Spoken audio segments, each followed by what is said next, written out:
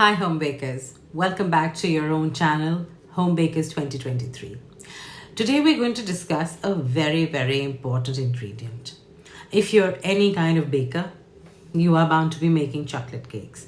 And a key ingredient in any rich, delicious chocolate cake is chocolate ganache.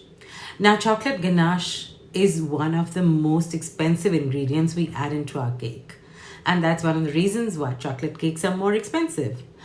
Having said that, bakeries still manage to somehow keep their costs down, at least lower than our cost when they are making chocolate cakes.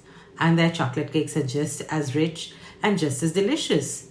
So what is their secret? In this video, I'm going to share the Bakery Style Ganache secret with you.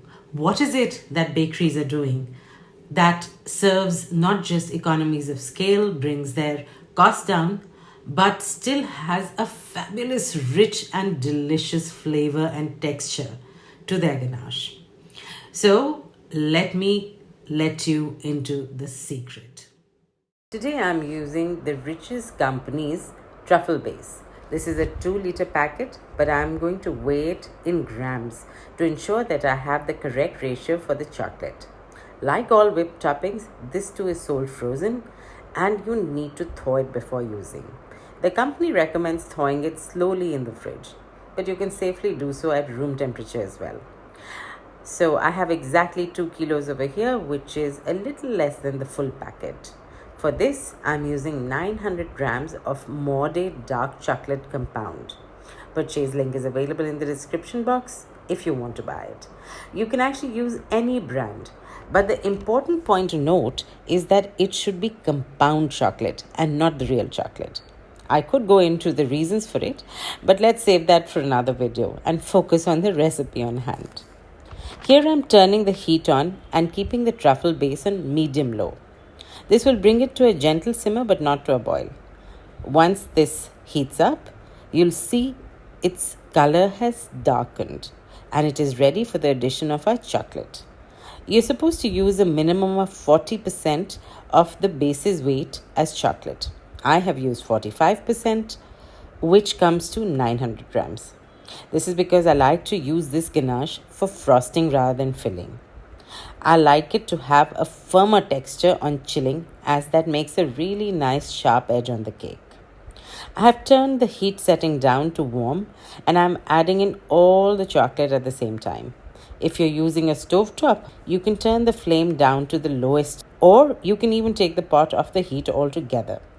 The melting temperature for cocoa butter and other fats used in compound chocolate and even in real chocolate is between 37 degrees centigrade to 42 degrees centigrade, which is why when we eat chocolate, it starts to melt the moment you pop it in your mouth.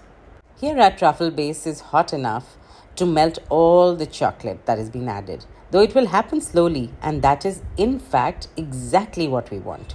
You never want to rush a chocolate preparation as it can affect its texture. Now, while we wait for our chocolate to melt into that truffle base, let me tell you a really interesting story about ganache.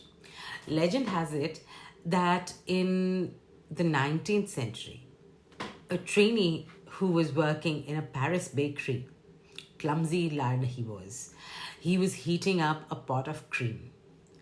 And it was a big pan, and being as clumsy as he was, when he picked up that hot pot of cream, he just dropped it. And he dropped it right into a big bowl of chocolate.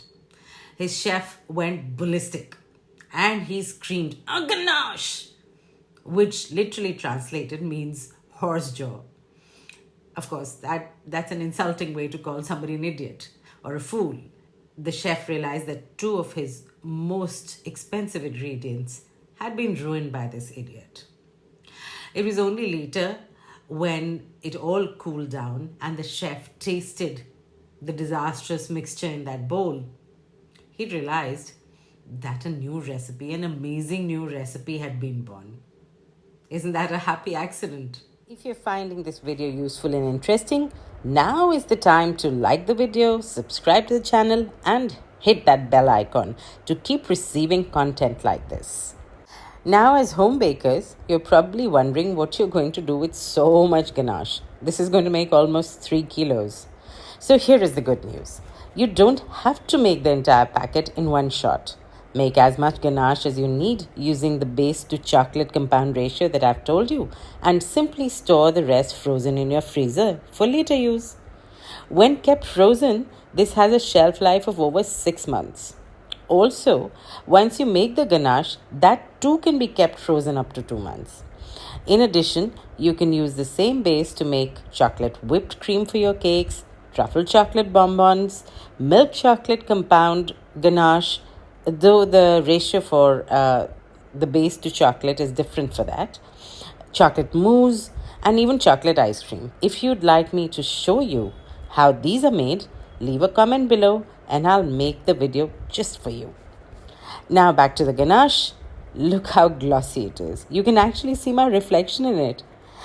However, it is still important to sieve it for any tiny lumps of chocolate that may still be lurking about, and then chill it.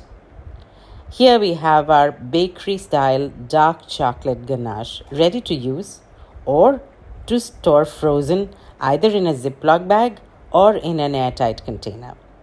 I hope this video content was of value to you. I'm always looking for ways to enrich your life. Signing off now. See you in the next one.